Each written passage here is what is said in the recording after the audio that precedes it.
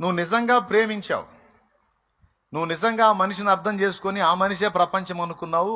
ఇప్పుడు నువ్వు నీ నుండి వచ్చేటువంటి స్పందనల వల్ల ఏమర్థమవుతుందంటే నువ్వు నిజమైన ప్రేమికుడివి. కానీ నీలాంటి నిజమైన ప్రేమికుడిని వదిలేసి మాయ మాటలు చెప్పేవాడిని, మాయ కథలు చేసేవాడిని ఆమె సొంతం చేసుకుంది అనుకో. దరిద్రులెవరు?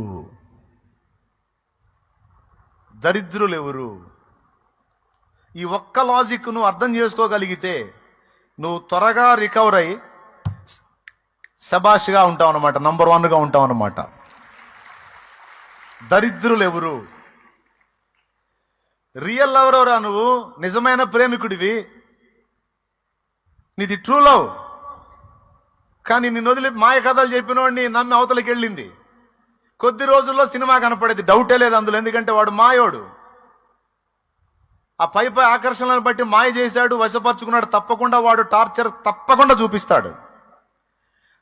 బ్రతుకంతా నీలాంటి నీతిమంతుణ్ణి, నీలాంటి నిజమైన ప్రేమికుణ్ణి కోల్పోయినందుకు ఆ పనికి మాలింది ఏడవాలి. అది శాపగ్రస్తురాలు, అది దరిద్రురాలు, అది భ్రష్టురాలు. ఇదేందిరా రివర్సు? ఏడవాల్సింది ఏడవకుండా ఏడవకూడనోడి నువ్వేడుతున్నావేంది?